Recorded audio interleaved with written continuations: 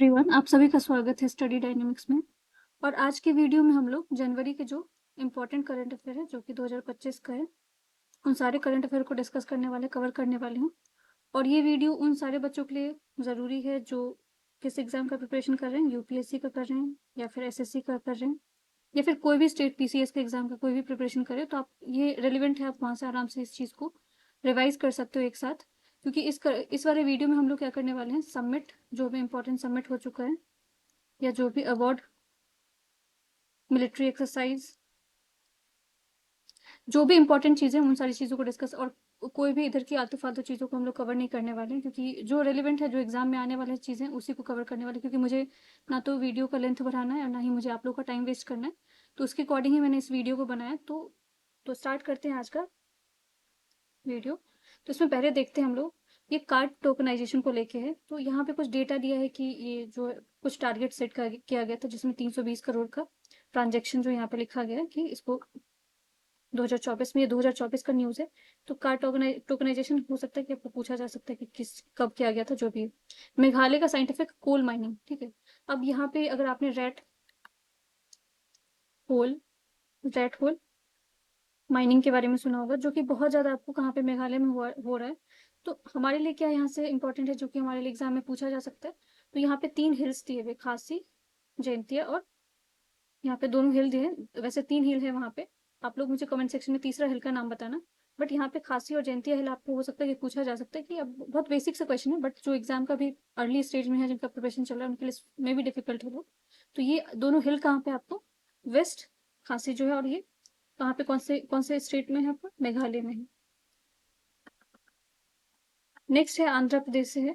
अभी WhatsApp governance, अब exam में अगर पूछ दिया जाए ना कि which state government has recently launch the WhatsApp governance programme, तो वहां पे आप कंफ्यूज हो जाओगे। हो सकता है आपको लगे कि केरला, अगर ऑप्शन केरला आ जाए तो पक्का से बहुत सारे बच्चे उसको केरला ही टिक करके आने वाले हैं।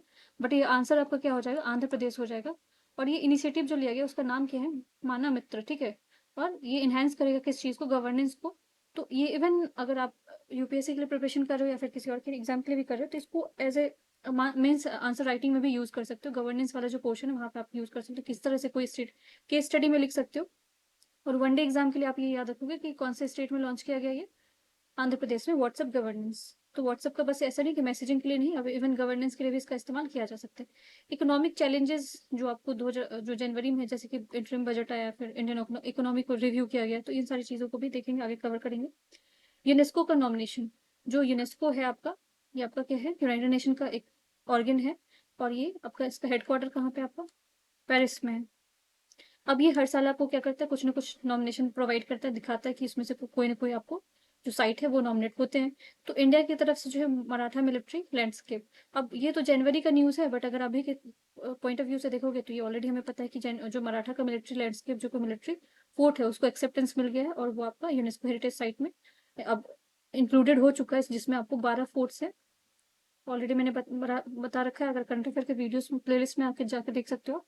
11th आपके जो 11 जो पोर्ट है वो महाराष्ट्र में, और एक जो है तमिलनाडु में। ये क्वेश्चन मोस्ट प्रोबेबल है पूछा जाएगा, क्योंकि आपको लग सकता है कि 12 के 12 फोर्ट कहाँ पे आपके, यहीं पे महाराष्ट्र में, वहां पे कंफ्यूज हो सकते हो। अब ये मिलिट्री एक्सरसाइज भी देख लेते हैं। यहाँ पे जॉइंट मिलिट्री एक्सरसाइज है, इंडिया और सऊदी अरब के बीच में हुआ है, और इसका नाम क्या है, सादा तनिस्क। तो हो सकता है कि आपको पूछा जाए कि सादा तनिस्क है क्या, ठीक है। प्लेस न्यूज में कुछ भी ऐसे टर्म्स के रिलेटेड पूछा जा सकता है कि अब कोई ज्वेलरी से रिलेटेड है, या फिर कुछ जो है आपको कुछ भी हो सकता है, किसी फूड फूड से रिलेटेड है। तो बट कंफ्यूज नहीं होना, ये मिलिट्री एक्सरसाइज है, किसके किसके, ये तो कंट्री भी याद रखना पड़ेगा। ऐसे आप सऊदी अरब याद रखना, और आपका इंडिया है, ठीक है। दोनों का जॉइंट मिलिट्री एक्सरसाइज है, जो कि कहाँ पे हुआ ये, राजस्थान में। तो कि प्लेसेस भी पूछ दिया जाता है कि कहाँ पे, या तो सऊदी में हुआ या इंडिया में हुआ, तो राजस्थान में ये, ठीक है। कुछ इंपॉर्टेंट डेज हैं जो कि आपके न्यूज में थे, जैसे कि 28 जनवरी को आपको क्या होता है, बर्थ एनिवर्सरी होता है लाला लाजपत राय को। इनको ही शेरे पंजाब भी बोला जाता है। इसके अलावा आपको यहाँ पे देख लो, 30 जनवरी को शहीद दिवस मनाया जाता है। ये कुछ डेज एंड इवेंट्स है जिसको हम लोग आगे फर्दर उसको भी कवर करने वाले हैं। स्नो लेपर्ड का स्टेटस क्या है, तो इंडिया का release it's first nation wide leopard population assessment report.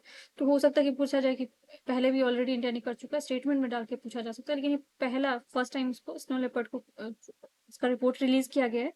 इसके अलावा जो है आपको लद्दाख को लद्दाख का जो है उसको क्या बोला जाता है, स्नो स्नो लेपर्ड कैपिटल भी बोला जाता है।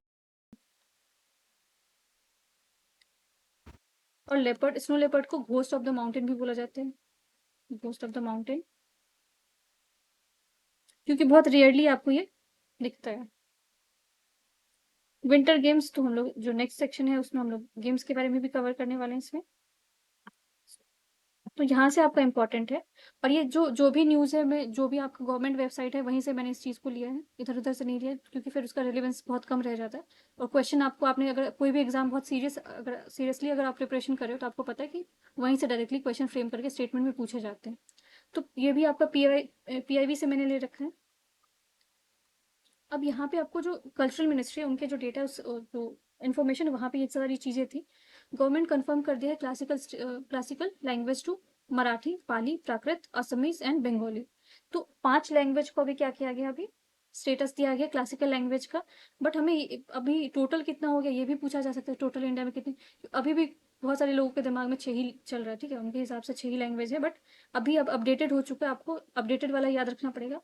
तो पहले देख लेते, पहले जो आपके पहले कौन कौन से क्लासिकल लैंग्वेज थे। तमिल सबसे पहला है, ठीक है।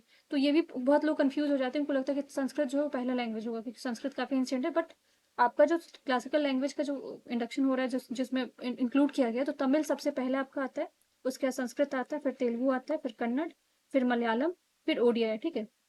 जिसमें से तमिल जो है आपका, तमिल और तेलुगु के बीच में काफ़ी कंफ्यूज होना था, वो भी मैं क्लैरिटी बता देती हूँ आपको। तमिल जो है वो आपको संगम एज में यूज़ किया गया। संगम बहुत ही oldest age, one of the oldest age माना जाता है, जो कि आपका साउथ वाला एरिया में फेमस है। और तेलुगु जो है आपको विजयनगर एम्पायर के टाइम पे यूज़ किया गया है।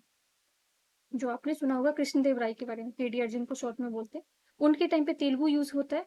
और तमिल आपको संगम एज में, तो संगम तमिल जो है आपका बहुत पुराना है, संस्कृत से भी पुराना माना जाता है इसको। तो ये आपको तमिल, संस्कृत, तेलुगु, कन्नड़, मलयालम, ओडिया, मराठी, पाली, प्राकृत, असमीज, बंगाली। तो ये तो अगर अभी जो 5 जो आपको ऐड हुए ना, उसको तो आप स्टेट के हिसाब से भी याद रखते हो। तो महाराष्ट्र में मराठी है आपको, असम से असमीज, बंगाल से बंगाल, तो ये 3 तो आपको ऐसे ही याद रहेगा। पाली और प्राकृत, तो ये तो बहुत एंशियंट माना जाता है, क्योंकि ये दोनों आपको, जिसमें पाली जो है आपका बुद्धिज्म से बहुत रिलेटेड है, प्राकृत जो है किसमें, जैनिज्म में यूज होता है।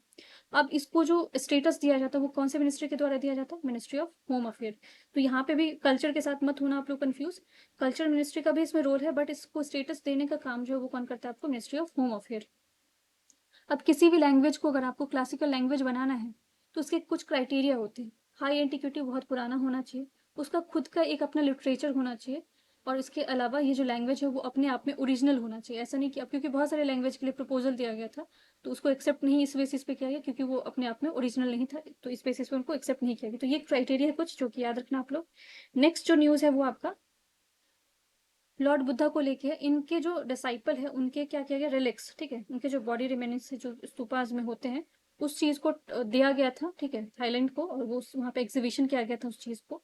तो हमें, ये तो करंट अफेयर में, बट हमारे लिए क्या है कि जो बुद्धिज्म और जैनिज्म है वो इतना फेवरेट एरिया किसी भी एग्जाम का, उससे आपको बहुत सारे क्वेश्चन आते हैं। तो हमें यहाँ पे एक और स्टैटिक पोर्शन में हम लोग देख रहे थे कि जो बुद्धा के डिसाइपल कितने थे, उनके जो फॉलोअर्स कितने थे, उनके शिष्य कितने थे। तो आपके टोटल 10 है, ठीक है।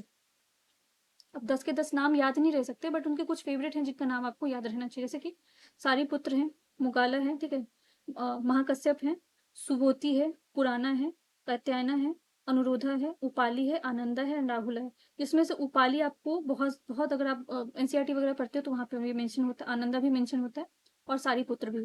तो ये 3 नाम तो आप याद ही रखो, बाकी ये सब एक बार गो थ्रू कर लोगे तो आपको बार बार अगर उसको देखोगे, रिवाइज करोगे, तो ये चीज़ें याद हो जाएगा। क्योंकि मोस्ट प्रोबेबल अगर आपको किसी गवर्नमेंट वेबसाइट पे ऐसी चीज़ें आ रही है तो वहाँ से क्वेश्चन बनना बहुत जो है वो आम हो जाता है। First Asian Buddhist summit organise in New Delhi, तो पहला है, फर्स्ट अगर कुछ भी न्यूज़ में हो ना तो वो बनता ही बनता है क्वेश्चन वहाँ से। तो फर्स्ट एशियन बुद्धिस्ट समिट, अगर आप समिट पूछा जाए कि कहाँ पे हुआ, तो ये तो पहला ये है, न्यू दिल्ली में होता है, इससे वैसे इंपॉर्टेंट हो जाता है। दूसरा, ये हुआ कब था, आपको 5 से लेकर 6 नवंबर के बीच में 2024 में हुआ था। और इसको जो ऑर्गेनाइज कराने की मिनिस्ट्री थी वो कौन सी थी, मिनिस्ट्री ऑफ कल्चर ने करवाया था। अब अगेन थर्ड जो न्यूज़ है आपका, वो 3 literary work, Ramcharitmanas, Panchatantra and साध्य लोका लोचना, ठीक है। अब इसको क्या किया गया, UNESCO memory of world Asian specific regional register में उसको मान्यता प्राप्त किया गया है। अब इसका इंपॉर्टेंस क्या है कि जब इसमें अगर रजिस्टर हो जाता है चीज़ें, तो तो इसको ग्लोबल इंपॉर्टेंस मिलता है क्योंकि इसका ऑडियो विजुअल जो है इसको डॉक्यूमेंट किया जाता है। तो आपको जो वेबसाइट है इसके, जो प्रॉपर यूनेस्को का जो वेबसाइट है, वहाँ पे ये चीज़ें अवेलेबल हो जाती है, तो वहाँ से बाकी जो अदर कंट्री के लोग हैं उसको एक्सेस कर सकते हैं और ये डिफरेंट लैंग्वेज में अवेलेबल हो जाता है। तो इससे कहीं ना कहीं इसका जो वो पॉपुलैरिटी है वो बढ़ सकता है। तो हम देख लेते हैं कि रामचरितमानस जो है वो किन्होंने लिखा था, तो तुलसीदास ने लिखा। पंचतंत्र जो है वो विष्णु शर्मा ने लिखा हुआ है। और जो पंचतंत्र की कहानियाँ वो बहुत फेमस है, जैसे कि अगर आपने बहुत सारे जो मोरल बेस्ड जो कहानियाँ होती है, जो कि जिसमें आपको लेसन कुछ होता है, तो वो सारी कहानियाँ इसमें, अगर बहुत सारी अपने बचपन में बहुत सारी कहानियाँ सुनी होंगी, वो सारी कहानियाँ आपको पंचतंत्र की कहानियाँ लगभग होती हैं। जो साध्य लोचना है वो आपके इसको ऑथर कौन है, आनंदवर्धन है। ठीक है। अब इसमें भी आपको क्या है, जो पोएट्री किस तरह से लिखा जाए, पोएट्री के बारे में काफी सारी चीजें। और इस पे जो कमेंट्री लिखा था उसको किसने लिखा हुआ था, अभिनव गुप्त ने लिखा था। तो हमें बस ये थ्री लिटरेरी वर्क जो है वो याद रखना कि रामचरितमानस, पंचतंत्र और साध्य लोचना, जिसमें से साध्य लोचना जो है आपको इसके ऑथर नाम याद रखना आनंदवर्धन है।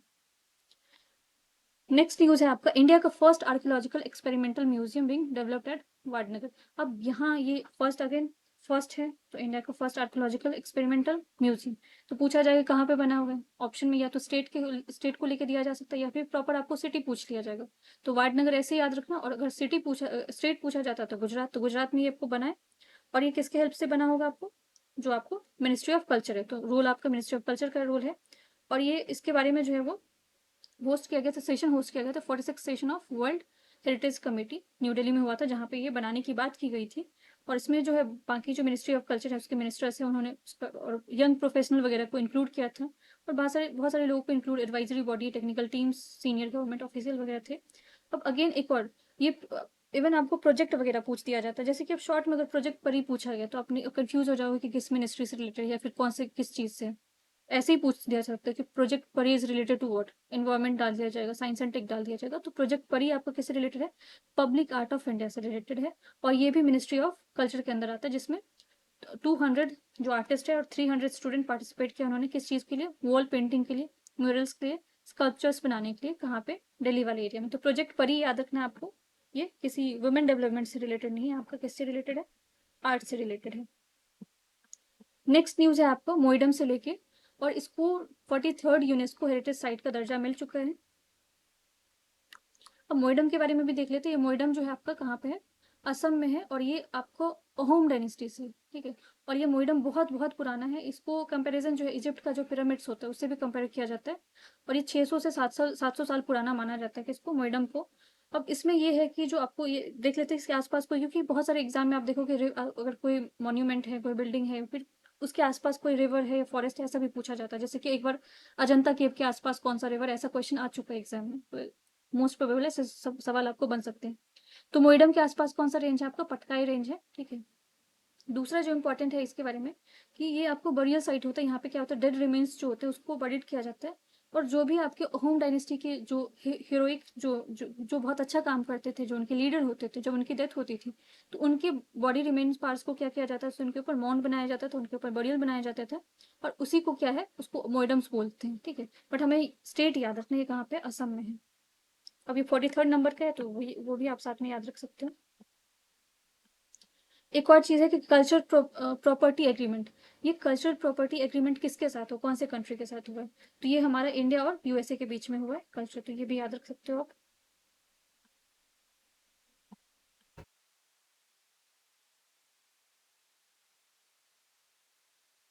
नेक्स्ट न्यूज है आपका, पार्टीशन हॉरर रिमेम्बरेंस डे, ठीक है। रिमेम्बरेंस डे कब होता है आपका, ये डेट याद रखना, 14 अगस्त को होता है, ठीक है। क्योंकि इसी दिन आपका क्या होता है, पाकिस्तान का इंडिपेंडेंस डे सेलिब्रेट होता है, तो हमने उसको अलग डे का नाम दे दिया है। बट ये इसको ऑर्गेनाइज कौन करेगा आपको, Indira Gandhi national centre for arts, ठीक है, जो कि ऑटोनोमस ऑर्गेनाइजेशन है, किसके अंदर, मिनिस्ट्री, कौन सी मिनिस्ट्री के अंदर है। ये आप लोग अगेन मुझे क्वेश्चन में बताना कि कौन से मिनिस्ट्री के अंदर आता है। चलो मैं ही बता देती हूँ, मिनिस्ट्री ऑफ कल्चर के अंदर आता है। The south zone cultural centre celebrated world folklore day. तो डे से बहुत सारे क्वेश्चन आते हैं, तो जनवरी में जो जनवरी, ये तो अगस्त का डे है, बट ये याद रखना क्योंकि लास्ट ईयर काफी सारा ये सब न्यूज में था। तो फोकलोर डे आपका कब होता है, 22 अगस्त को होता है, ठीक है।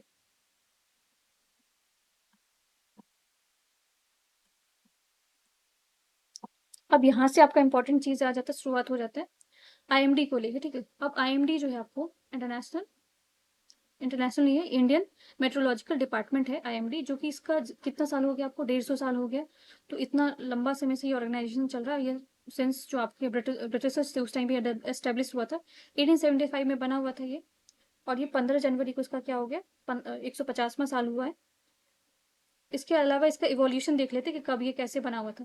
तो अगर इसका देखा जाए एंशियंट टाइम में, तो इसके एंशियंट टाइम में ऐसा नहीं कि ये मेट्रोलॉजिकल डिपार्टमेंट कुछ था, बट मेट्रोलॉजी को लेके इंडिया में जो जागरूकता पहले भी थी, इवन जो उपनिषद है आपका, उसमें भी इस चीज़ का मेंशन है कि किस तरह से आपको क्लाउड फॉर्मेशन होता है, रेन कैसे होता है, सीजनल साइकिल्स क्या होते हैं। मॉडर्न मेट्रोलॉजिकल जो है साइंटिफिक फाउंडेशन कब बना था इसका प्रॉपर, ये 17th सेंचुरी में बना हुआ था। इसमें इन्वेंशन किया गया था किस चीज़ का, थर्मोमीटर का, बैरोमीटर का, and the formulation of atmospheric gases. तो पहला अगर आपको पूछा जाए कि ऑब्जर्वेटरी कब बनाया था, मेट्रोलॉजिकल ऑब्जर्वेटरी, तो पहला आपको 1785 में बना हुआ था, कोलकाता में बना हुआ था। अब ये स्टैब्लिश सबको प्रॉपरली कब हो जाता है, 1875 में, इसीलिए 150 साल हुआ इसका। और ये जो भी आपको इन्वायरमेंट सीजन को लेके, क्लाइमेट को लेके, जो भी जो भी आपको इंफॉर्मेशन होता है ये प्रोवाइड करता है। नेक्स्ट न्यूज़ है पैरासिटामोल को लेके। अभी इंडिजीनियसली हमने इंडिया में जो CSIR है, इन्होंने क्या किया, उनको इंडिजिनियसली अपनी कंट्री में ही डेवलप किया पैरासिटामोल को। तो यहाँ पे नाम पूछा जा सकता है कि कौन सा पैरासिटामोल था, जो कि आपका ये फर्स्ट इंडिजीनियसली डेवलप्ड एंटीबायोटिक है, जिसको नेफ्रिथ्रोमाइसिन बोला गया है, जो कि आपको एटिपिकल और टिपिकल दोनों तरह का जो ड्रग रेसिस्टेंट बैक्टीरिया सब जो भी बीमारी होती है उसको ट्रीट करने में सक्षम है। तो नाम बस ये रखना है आप लोग कि नाम पूछा जा सकता है कि क्या है, तो नाम ऐसे ही पूछा जाए। तो मेडिसिन है तो नाम तो, अगर आप लोग एंटीबायोटिक लेते हो तो इससे नाम तो वैसे ही पता चल जाएगा। बट अगर पूछा जाए कि इंडिया का पहला कौन सा आपको पैरासिटामोल है जो कि इंडिया में प्रॉपरली इंडिया में ही बना है।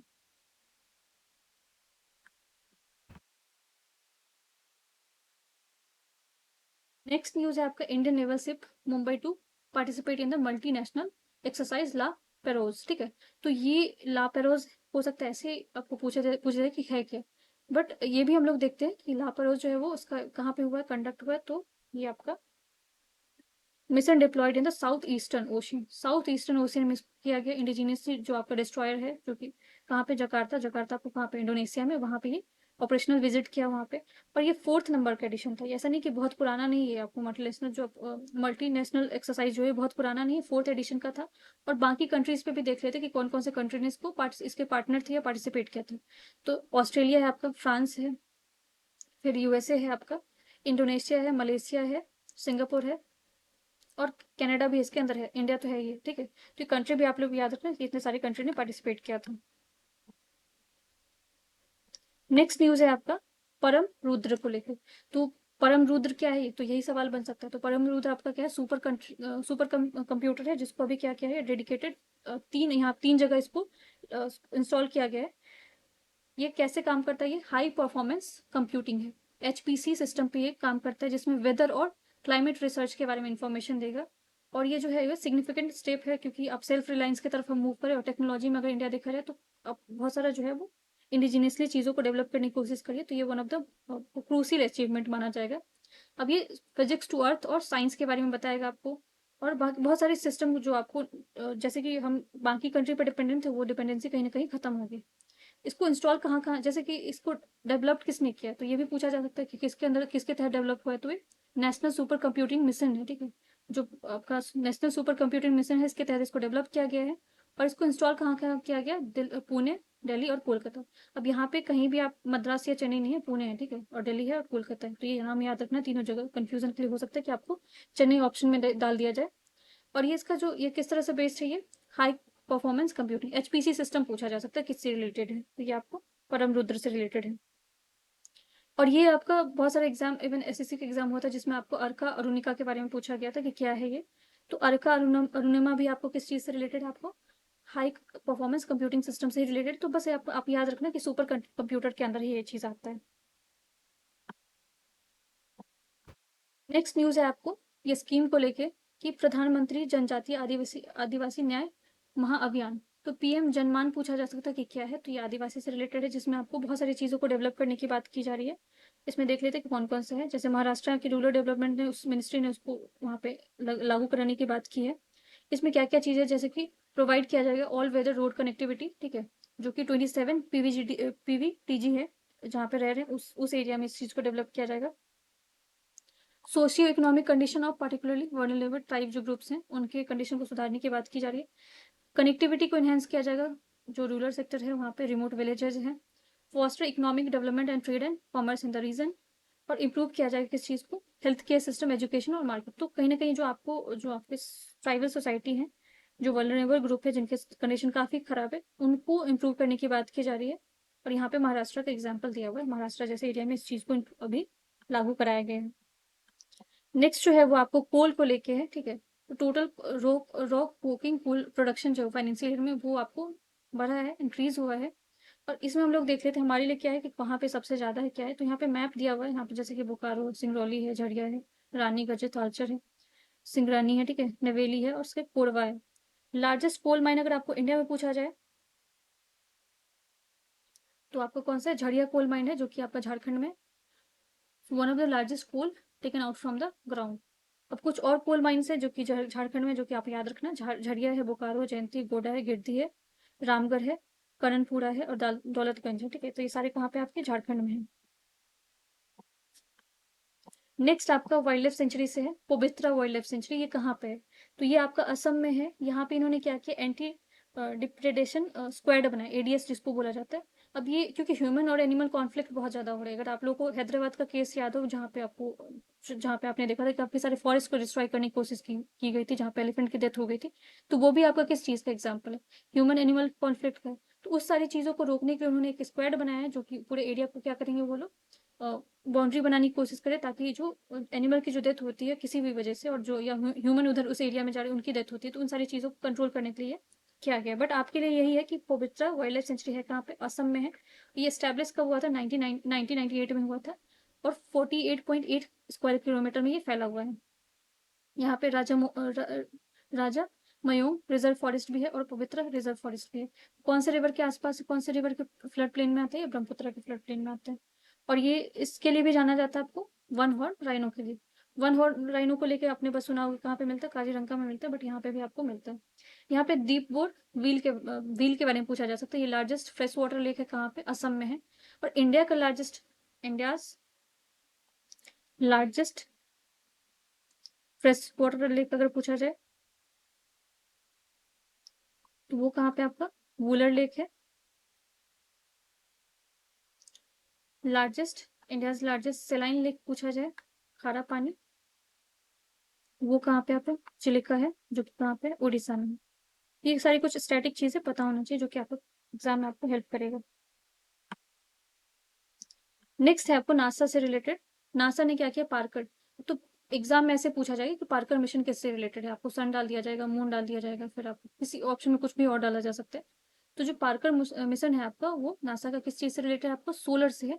जिसमें जो सन का जो आसपास का उसका एटमोसफेयर है, ठीक है, जिसमें उसको भेजा गया है एक्सप्लोर करने के लिए और देखने के लिए कि किस तरह से वो काम करता है। ये लॉन्च कब किया गया था, लॉन्च बहुत पहले किया गया था, 2018 में किया गया था, ठीक है, 7 ईयर हो गया इस मिशन का। लॉन्च व्हीकल क्या किया गया था, डेल्ट 4 था, हैवी विथ अपर स्टेज। तो लॉन्च व्हीकल याद रखना डेल्टा है। ये become the first spacecraft to fly through the corona. Corona क्या होता है, आपका सन का जो अपर एटमोसफेयर है उसको कोरोना बोला जाता है। इसको इसने क्या किया था, इसके आसपास इसने पहला स्पेस क्राफ्ट था जो कि ये यहाँ पे फ्लाई किया था। मिशन का ऑब्जेक्टिव क्या है, स्टडी करेगा structure dynamics of the sun, corona and magnetic field जो है, सोलर विंड है, इन सारी चीजों को स्टडी करने के लिए भेजा गया। बस हमारे लिए बस यही इंपॉर्टेंट है कि पार्कर मिशन आपका सन से रिलेटेड है। इवन इंडिया का भी सन से रिलेटेड एक मिशन है जिसका नाम है आदित्य L1, ठीक है, जो कि 2024 में सक्सेसफुली ये भेजा गया था।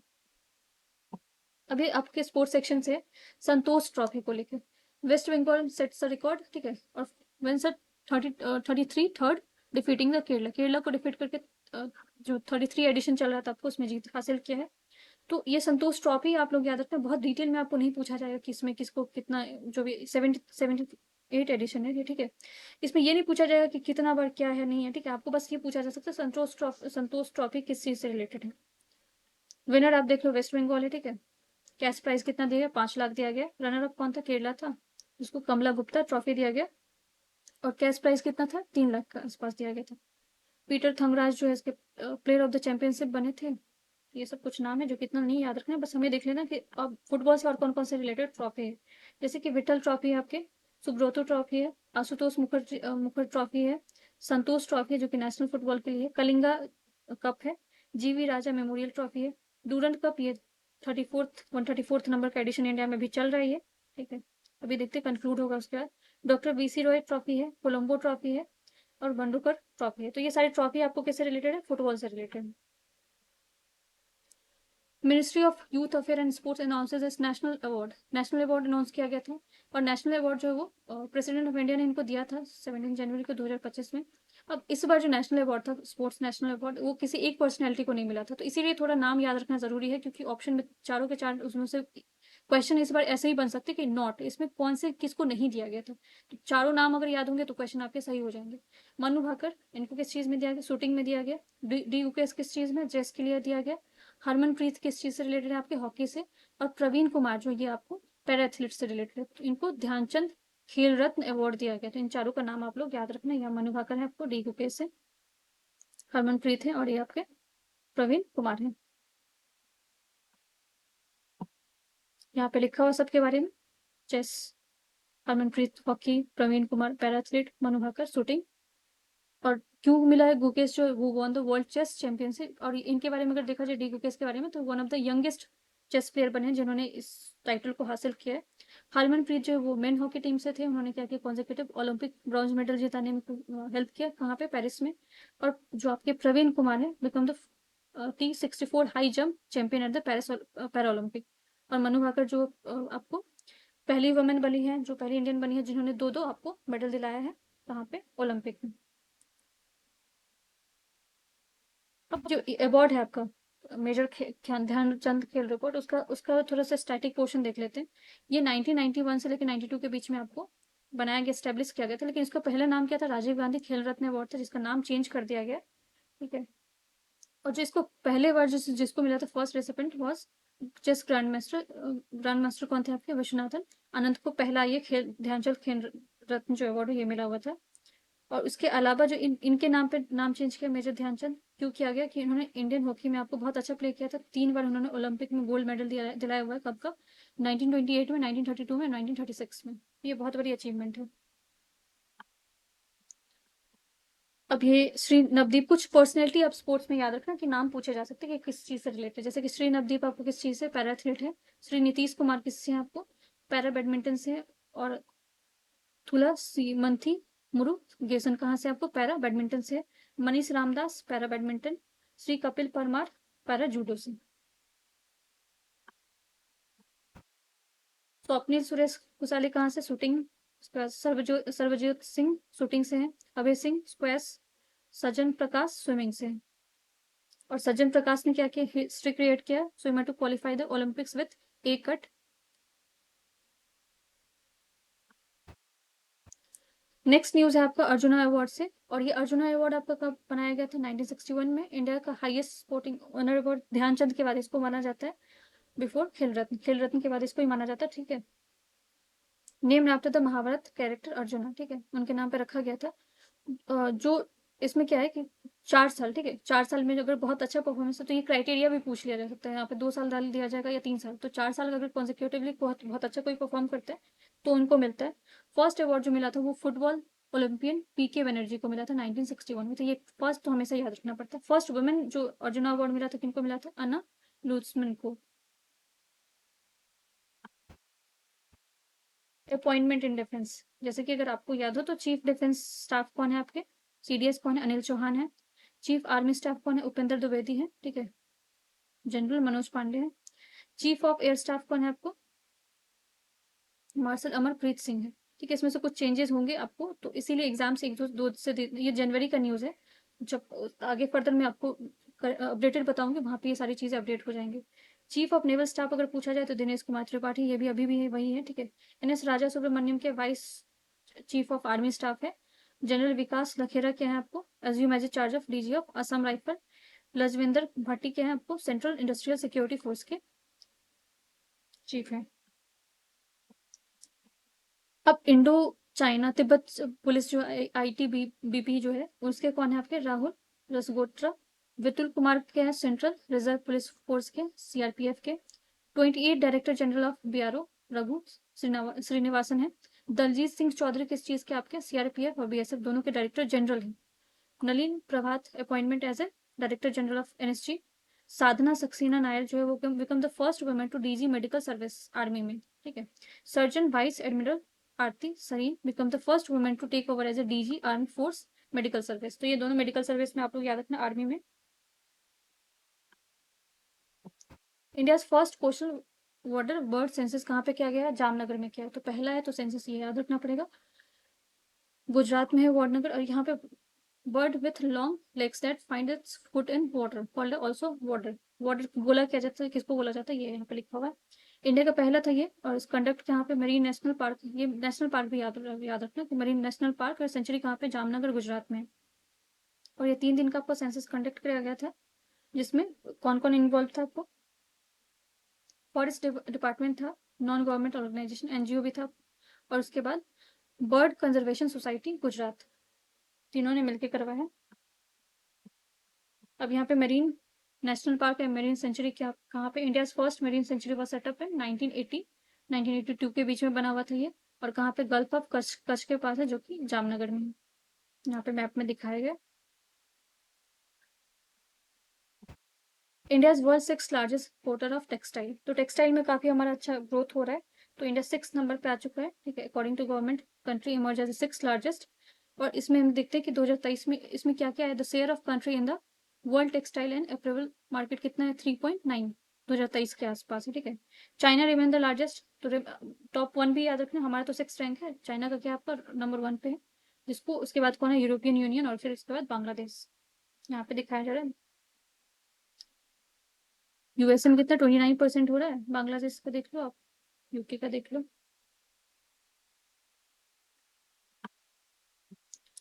लुइस ब्रेल, और ये आपका कब होता है? डे सेलिब्रेट किया जाता है, इनका जन्म जो है वो 4 जनवरी को हुआ था 1809 में, तो इसीलिए 4 जनवरी को आपको क्या होता है? वर्ल्ड ब्रेल डे मनाया जाता है। थीम क्या था इस बार? Celebrating the accessibility and inclusion of the visually impaired. अब ये सिंस 2019 से सेलिब्रेट किया जाता है इन्हीं के नाम से, तो याद रखना, डेट याद रखना, 4 तारीख को होता है आपको। उसके बाद सावित्री बाई फुले जयंती होता है आपको 3 जनवरी को। 193rd बर्थ एनिवर्सरी था इनका। इंडिया की फर्स्ट फीमेल टीचर है, ठीक है। तो इंडिया एक तो क्वेश्चन आता है आपको, इंडिया की फर्स्ट फीमेल डॉक्टर अगर पूछा जाए, आप लोग मुझे कमेंट सेक्शन में बताना इसके बारे में। इंडियाज फर्स्ट फीमेल डॉक्टर कौन थी? फर्स्ट फीमेल टीचर पूछा जाए तो सावित्री बाई फुले, ठीक है। दलित वुमेन थी, माली कम्युनिटी से बिलोंग करती थी। इनका जन्म कब हुआ था? 3 जनवरी को 1831 को, कहाँ पे? महाराष्ट्र में। और सी ऑल्सो राइट, कुछ जो बुक वगैरह है वो पूछ लिया जाता है। गो गेट एजुकेशन, ये इनका लिखा हुआ चीज है, पोयम है, जिसमें ऑपरेस्ट और बैकवर्ड क्लासेस के जो सिचुएशन थे उसको बहुत अच्छे से डिस्क्राइब किया है। इसके अलावा ज्योतिबा फुले जो थे इनके हस्बैंड थे, जिन्होंने क्या किया था? सत्यशोधक समाज का स्थापना किया था, ठीक है। और उन्होंने बुक जो लिखा था उसका नाम था गुलामगिरी, ठीक है। तो 1873 में आपका सत्यशोधक समाज बनता है, जो उनके पति हस्बैंड की हेल्प से बनता है। गुरु गोविंद सिंह जयंती जो है आपका 6 जनवरी को बनाया गया है, और ये नानक कैलेंडर के हिसाब से होता है। इनका 358 बर्थ एनिवर्सरी था कि इनका, गुरु गोविंद सिंह का। उनका जन्म स्थान अगर आपको पूछा जाए तो कहाँ पे है? दिसंबर में, 22 दिसंबर को उनका जन्म हुआ था 1666 में, पटना बिहार में हुआ था। और ये 10th नंबर के और लास्ट सिख गुरु थे ये।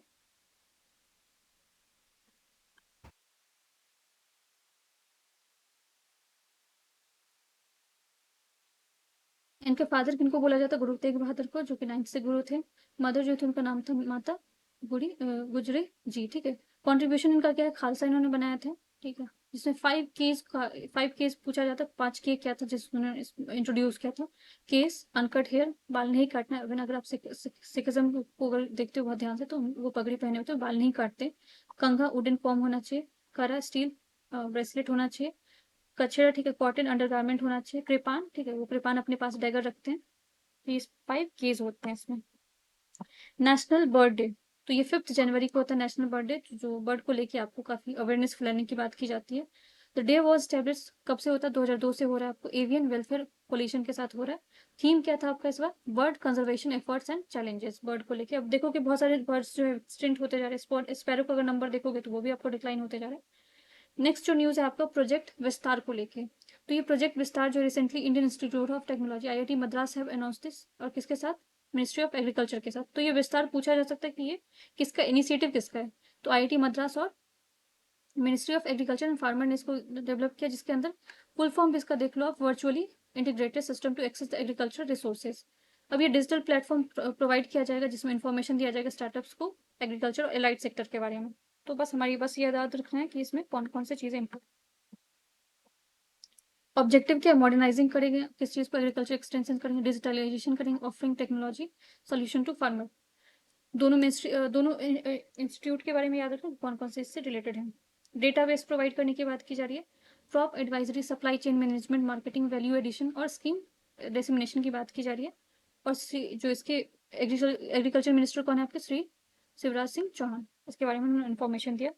उसके बाद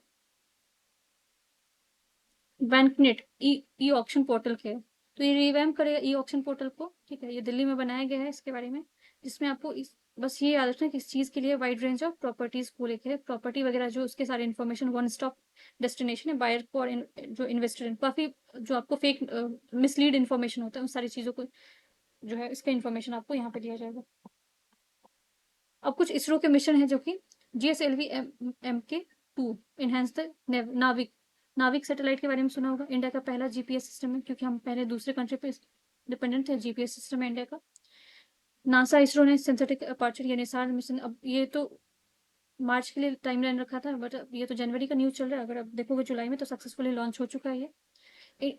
air India become first India to airline to offer WiFi on domestic flight. Domestic flight में तो पूछा जा सकता है कौन सा ऐसा एयरलाइन है जो कि डोमेस्टिक फ्लाइट में वाईफाई सर्विस दे रहा है।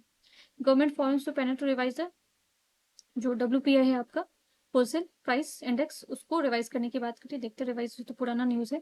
इंडिया का first postal and weather bird census कहाँ पे हुआ, जामनगर, ये ऑलरेडी मैंने बता दिया आपको। 6th इंडिया का रैंक है। जम्मू एंड कश्मीर में क्या किया गया, आपको बुक लॉन्च किया गया, अमित शाह ने रिलीज किया जम्मू एंड कश्मीर लद्दाख करके बुक, ठीक है।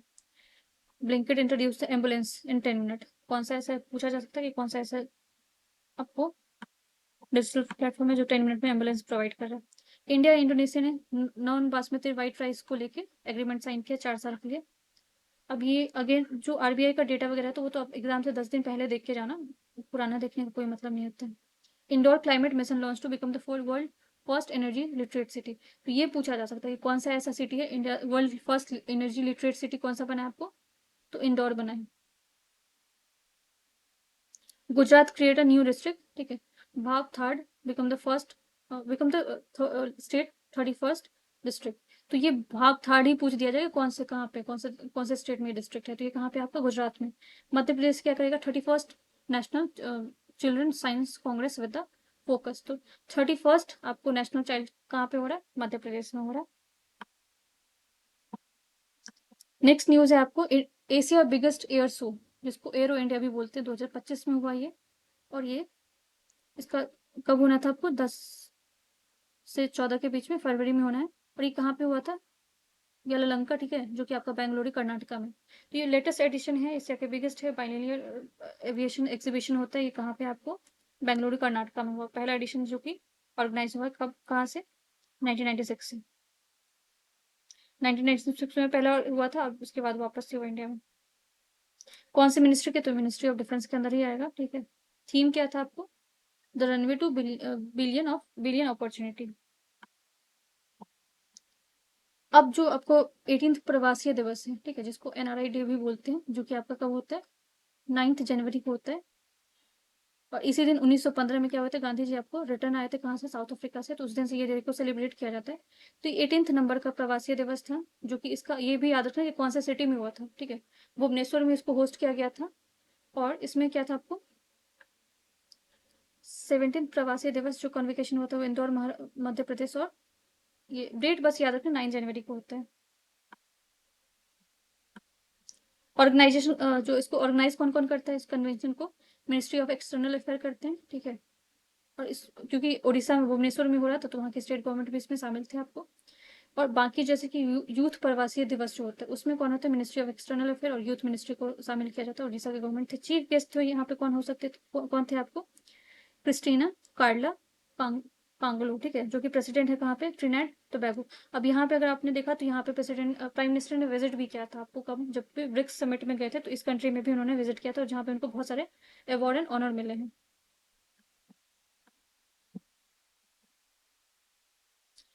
Virtually first special tourist train for the Indian diaspora की इन्होंने बात किया है, ठीक है, जो कि निजामुद्दीन रेलवे स्टेशन दिल्ली में, वहां से इसको चलाया जाएगा।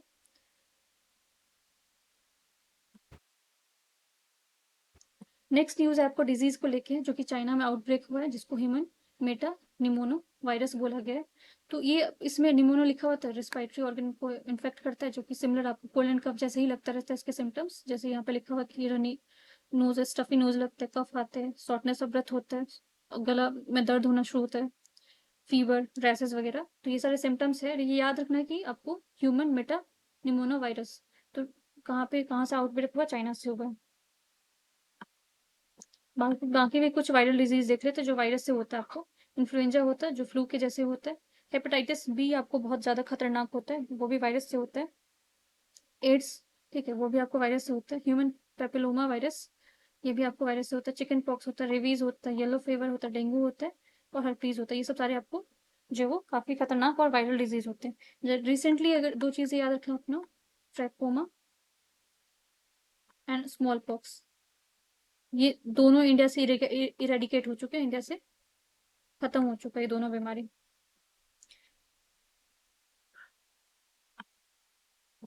नेक्स्ट न्यूज है आपका, इंडियन आर्मी ने set to host the know your army, ठीक है, ये मेला लगाया था, कहाँ पे हुआ था आपको, गोलकोंडा फोर्ट, जो कि हैदराबाद में वहां पे हुआ था। तो ये बस याद रखना कि हुआ कहाँ पे था आपको, गोलकोंडा फोर्ट में। गोलकोंडा फोर्ट आपको कोहिनूर के लिए भी फेमस है, यहीं से कोहिनूर मिला था, उसके आसपास जो माइनिंग एरिया है। खो खो वर्ल्ड कप, अब ये पहला वर्ल्ड कप था, ठीक है, इससे पहले कोई खो खो का वर्ल्ड कप नहीं होता, पहला वर्ल्ड कप हुआ। पहला वर्ल्ड कप भी आपको कहाँ पे होता है, इंडिया में होता है।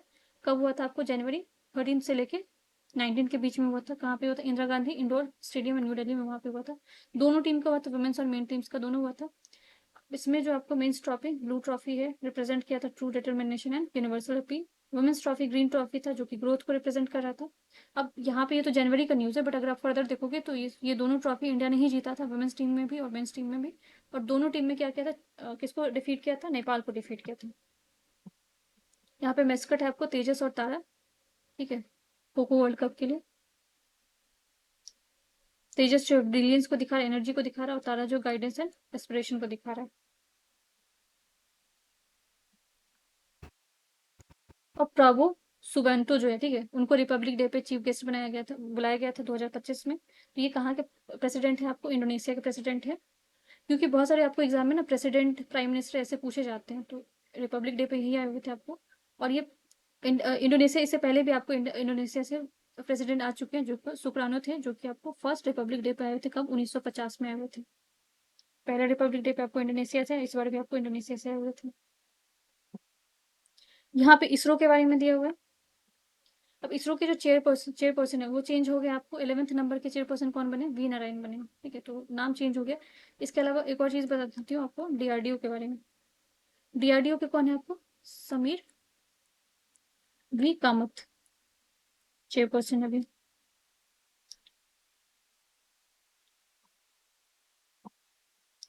2 साल का इनका टर्म रहेगा, ठीक है।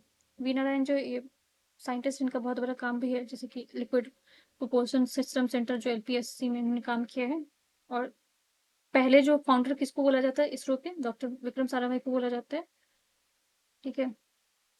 और प्रोफेसर सतीश धवन को, इन्होंने दोनों ने आपको इसरो इसरो को एस्टेब्लिश किया था।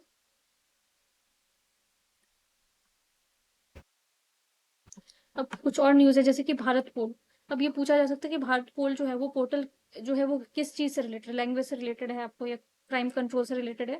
तो ये इसको डेवलप किसने किया है, सीबीआई ने किया है। अगर आपको पता है तो सीबीआई जो है आपको 1963 में बना हुआ था, 1963 में। और इसको पावर कौन से एक्ट से मिलता है, 1946 का एक्ट है जिससे इसको पावर मिलता है। ये कोई कॉन्स्टिट्यूशनल बॉडी नहीं है आपको, ठीक है। तो भारत पोल जो है वो किस चीज़ को है, क्राइम कंट्रोल को लेके है, इन्वेस्टिगेट करेगा, एजेंसी है जो कि आपको इंटरपोल के साथ काम करेगा, जिसमें आपको 195 कंट्रीज आएंगे। भारत पोल जो है वो 3 न्यू क्रिमिनल लॉज को भी, जो आपको नया जो क्रिमिनल लॉज जो चेंजेस आए उसके तहत ही काम करेगा। और इंडिया में इसका इम्प्लीमेंटिंग एजेंसी कौन रहेगा, सीबीआई ही रहेगा। 5 मॉड्यूल्स में कनेक्ट किया जाएगा इंटरपोल, नोटिस दिया जाएगा, रेफरेंस रहेगा, ब्रॉडकास्ट रहेगा एंड रिसोर्सेज रहेगा। और सीबीआई के डायरेक्टर कौन है आपके, प्रवीण सूद है। अब इंटरपोल के बारे में भी देख लेते हैं। तो ये आपका इंटरनेशनल पुलिस कमीशन है, जो कि स्टैब्लिश हुआ था 1923 में, वियना ऑस्ट्रिया में, ठीक है। इसका हेडक्वार्टर, लेकिन ये स्टैब्लिश वियना ऑस्ट्रिया में हुआ, बट इसका हेडक्वार्टर चेंज हो चुका है, ठीक है, लियोन फ्रांस में। अब ये एड्रेस करते हैं डेटाबेस 19 क्रिमिनल एक्टिविटीज को लेके, प्रोवाइड करता है point of contact between the law enforcement and member of the countries. Total member कितने हैं इसके कंट्रीज? 196 हैं।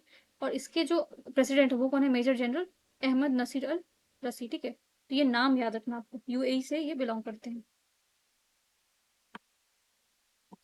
नेक्स्ट न्यूज है आपको, India's ranking 123rd in global ageing index. Global ageing index जो होता है, जो कि जिसको पब्लिश कौन करता है? NUS and Colombia university. और इंडिया का रैंक काफी खराब है, ठीक है, तो नेगेटिव तरीके से अगर इंडिया को किसी चीज में दिखाया जाता है तो वो क्वेश्चन आपके एग्जाम में नहीं आते, तो इंपॉर्टेंट है नहीं, बट बस अपने जानकारी के लिए रखो कि इतने रैंक है। Chhattisgarh link forest ecosystem with green GDP. तो first state in India to align forest ecosystem service the green GDP. अब ग्रीन जीडीपी का अगर ये पूछा जाए कि किसने कौन सा स्टेट पहला था, तो उत्तराखंड उसका आंसर हो जाएगा, बट यहाँ पे पूछा जाए किसने लिंक किया है फॉरेस्ट को, तो फिर छत्तीसगढ़ हुआ। तमिलनाडु ने अनाउंस किया किस चीज के लिए? डिसिफरिंग द इंडस वैली स्क्रिप्ट। अब यहाँ पे देख लो, बहुत 1 मिलियन प्राइज दिया। अगर कोई कोई भी इंसान इंडस वैली सिविलाइजेशन के अगर स्क्रिप्ट को, उसका जो स्क्रिप्ट है उसको अगर डिसिफर कर लेता है, उसको डिकोड कर लेता है, तो उसको 1 मिलियन पैसे दिए जाएंगे। अब इतना डिफिकल्ट है उसका, अगर आपने इंडस वैली सिविलाइजेशन के बारे में पढ़ रखा है तो आपको पता है कि बहुत पुराना, one of the oldest civilisation के अंदर इंक्लूड होता है, और अभी तक उसके लैंग्वेज को हमने डिसिफर नहीं कर पाए, इसीलिए सबसे बड़ा चैलेंज वही है। तो बोस्टोफोरन उसको स्क्रिप्ट को उसके नाम से बोला जाता है। तो लेट्स सी क्या होता है, हो पाता है कि नहीं। उड़ीसा लॉन्च शहीद माधो सिंह हाथ खर्चा स्कीम, ठीक है। तो ये स्कीम पूछा जा सकता है कौन से गवर्नमेंट की तरफ से, तो ये आप उड़ीसा है। तेलंगाना इनहांस द राइथू भरोसा स्कीम। तो राइथू भरोसा स्कीम ऑलरेडी आपके एग्जाम में पूछा जा चुका है कि कौन से स्टेट से रिलेटेड है, तो ये तेलंगाना से रिलेटेड, जिसमें फार्मर को क्या दिया जाएगा? आपको इतने अमाउंट्स दिए जाएंगे एनुअली, ठीक है। स्टार्ट कब से है स्कीम? 26 जनवरी 2025 से। अब ये पद्म अवार्ड को लेके, अवार्ड से बहुत सारे क्वेश्चन आते हैं। तो Padma one of the highest civilian, Bharat Ratna के बाद जो आपको हाईएस्ट सिविलियन अवार्ड इसको ही माना जाता है, जिसमें 3 कैटेगरी है आपके, पद्म विभूषण, पद्म भूषण और पद्मश्री। तो पद्म विभूषण जो उसमें 7 लोगों को मिला है, पद्म भूषण में आपको 19 को मिला है, और 113 आपको पद्मश्री में मिले हैं। तो सारे नाम याद नहीं रखने, बट याद पद्म विभूषण वाले आपके थोड़े इंपॉर्टेंट रहते हैं, वो आपको पता होना चाहिए। प्रेसिडेंट इसको देते हैं, अवार्ड को देते हैं अपने राष्ट्रपति भवन में, ठीक है। जिसमें से 23 वुमेन्स थी, 10 इंडिविजुअल फ्रॉम फॉरेन ओरिजिन, जो कि एनआरआईज थे, पीआईपीज थे, ओसीआईज थे, और पोस्टोमस मरने के बाद जिनको मिला, ठीक है। ये जो आपको अवार्ड है वो 1954 में स्टार्ट किया गया था, हाई सिविलियन अवार्ड के अंदर होता है। कौन से पर्सन एलिजिबल हैं जिनको मिल सकता है? All person without the distinction, race, occupation, position, sex, और एलिजिबल फॉर द। इसका कोई ऐसा नहीं कि आप पर्टिकुलर ऐसे ही इंसान होना चाहिए तभी उसको मिलेगा, ठीक है। सिलेक्शन प्रोसेस जो इसका, इसमें क्या होता है, इसमें रिकमेंडेशन पद्म अवार्ड के लिए प्राइम मिनिस्टर के अंदर एक कमेटी बनती है, जो एवरी ईयर बनाया जाता है, जिसमें वो रिकमेंडेशन देते हैं। पद्म विभूषण में किसको किसको मिला आपको? श्री धुवुर नागेश्वर रेड्डी है, जिनको मेडिसिन में मिला है, तेलंगाना से बिलोंग करते हैं। जस्टिस रिटायर्ड है ये श्री जगदीश सिंह खेहर, ठीक है, ये पब्लिक अफेयर्स हैं और चंडीगढ़ से बिलोंग करते हैं। श्री कुमुदनी रजनीकांत लाखिया, ठीक है, ये आर्ट से रिलेटेड है, गुजरात से हैं। श्री लक्ष्मी नारायण सुब्रमण्यम, इनको आर्ट से मिला है, कर्नाटका से है। एमटी वासुदेव नायर, ये इनकी डेथ हो चुकी है, ठीक है। तो ये इनको लिटरेचर से मिला, ये केरला से बिलोंग करते हैं।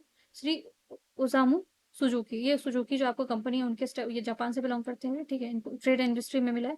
और शारदा सिन्हा जो कि बिहार से बिलोंग करती है, उनको सिंगिंग आर्ट में उनको उनको भी मिला, ठीक है। तो ये 7 थे, आपको 7 याद रखने, सारे के सारे नाम याद नहीं रख सकते। नेक्स्ट जो आपको इंटरनेशनल यूथ डे को, तो डे से बहुत सारे क्वेश्चन आते हैं, तो डे आपको याद रखना कि 12 जनवरी को होता है। और किनके बर्थ एनिवर्सरी पे मनाया जाता है? स्वामी विवेकानंद के बर्थ एनिवर्सरी पे मनाया जाता है। अगेन ये साइंस एंड टेक से क्वेश्चन है आपका। इसरो ने सक्सेसफुली लॉन्च किया अपना 100th मिशन, कहाँ से? श्रीहरिकोटा कहाँ पे? आंध्र से, ठीक है।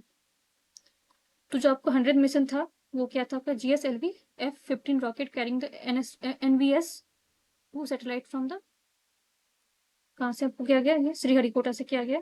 और ये second generation series of satellite for the navigation with the Indian constellation, नाविक सिस्टम जो आपने सुना है उसके लिए किया गया है। नाविक सिस्टम के बारे में भी देख लेते हैं। इंडिया का indigenously developed regional navigation system है, ठीक है, जिसमें क्या किया जाएगा? एक्यूरेट पोजीशन, वेलोसिटी और टाइमिंग सर्विस प्रोवाइड किया जाएगा। इससे आपको हेल्प क्या मिलेगा? रेंज कितना है इसका? 1500 kilometre beyond and the Indian landmass है। ये प्रोवाइड करेगा 2 तरह का service, standard positioning service SPS and restricted service with a good accuracy. नाविक जो है वो कंप्लीट करेगा अदर्स जो सैटेलाइट बेस्ड नेविगेशन सिस्टम है, जैसे कि GPS है आपका, जिसको ग्लोबल पोजिशनिंग सिस्टम एक्सपेंड करके बोलते हैं, यूएसए का है ये। उसके बाद ग्लोनेस है, ठीक है, जिसको GLONASS जो कि रसिया का है। उसका वियोडोन है जिसका चाइना का है। गैलीलियो किसका, यूरोपियन यूनियन का। तो ये सब याद रखना किसका कौन सा आपका नेविगेशन बेस्ड सैटेलाइट है। इंडिया का क्या हो गया आपका, नाभिक हो गया। इसरो के चेयरपर्सन वी नारायण। हेडक्वार्टर कहाँ पे, बेंगलुरु कर्नाटका में। असम का सेकंड, असम अपना सेकंड कैपिटल डिक्लेयर कर रहा है, ठीक है। तो वो कौन सा है आपका सेकंड कैपिटल, डिब्रूगढ़ बनाया गया है। Tripura become the first north east to sign the MOU with Bhashini for the multi. तो भासनी आपको पूछा जा सकता है क्या, ये मल्टी लेवल गवर्नेंस है। और ये त्रिपुरा पहला बनता है, आपको नॉर्थ ईस्ट है, पहला स्टेट नहीं बोला है, पहला नॉर्थ ईस्ट स्टेट बना है जो कि ये साइन किया। तो इसमें डिजिटल इंडिया भासनी डिवीजन है आपको, जिसमें मिनिस्ट्री ऑफ इलेक्ट्रॉनिक्स और इन्फॉर्मेशन टेक्नोलॉजी काम करेगी, मिट्टी जिसको बोलते हैं। अब इसको जो लोकल कम्युनिटीज कम्युनिकेट करने में बहुत दिक्कत होता है, लैंग्वेज बैरियर बहुत होता है, इन सारी चीज़ों को सॉल्व करने के लिए भासनी ऐप बनाया गया, जिसमें आपको मल्टी लैंग्वेज होंगे और ट्रांसलेशन से आप क्या कर सकोगे, लोगों से बात करो कर सकोगे, ठीक है। तो त्रिपुरा का कैपिटल क्या है आपका, अगरतला है। इसके चीफ मिनिस्टर कौन है आपको, Shri Manik Sai. India first edible oil survey. तो इंडिया ने पहला फर्स्ट एडिबल ऑयल सर्वे करवाया। इसको सर्वे को किसने किया, ministry of agriculture and farmer launch किया फर्स्ट एवर एडिबल ऑयल। ये कहाँ पे हुआ, माई गवर्नमेंट पोर्टल है, वहां से इस चीज को किया गया है। अब इंडिया का एडिबल ऑयल को लेके एक national mission on edible oil seed, ठीक है, जिसको NEMO बोलते हैं। तो ये याद रखना है किससे रिलेटेड, शॉर्ट में पूछ दिया जा सकता है किससे रिलेटेड है।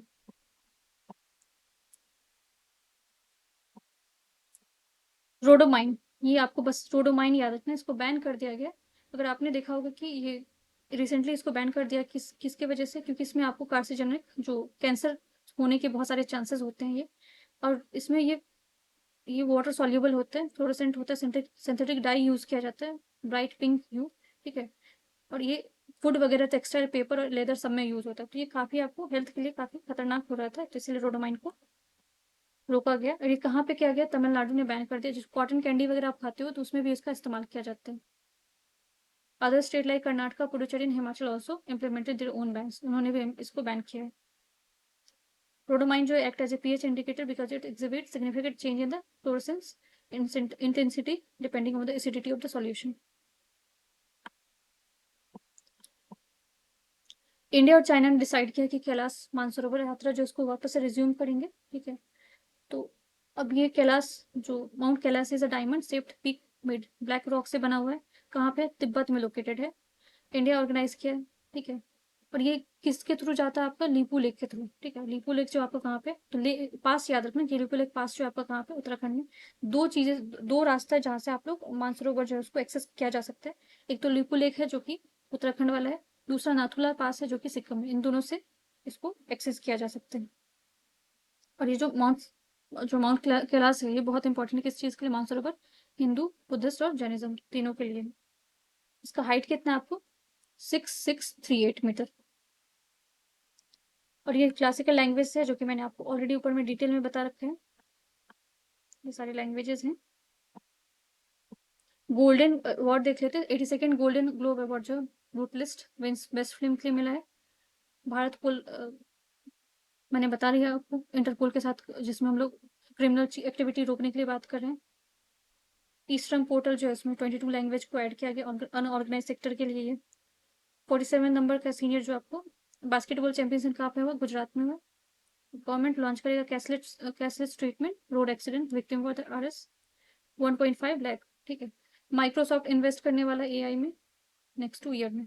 ये सारे न्यूज़ थे आपको, ये सारे जनवरी के न्यूज़ थे। और मैं आप लोगों से उम्मीद करती हूँ कि आपको वीडियो पसंद आया होगा। Thank you so much, like and subscribe.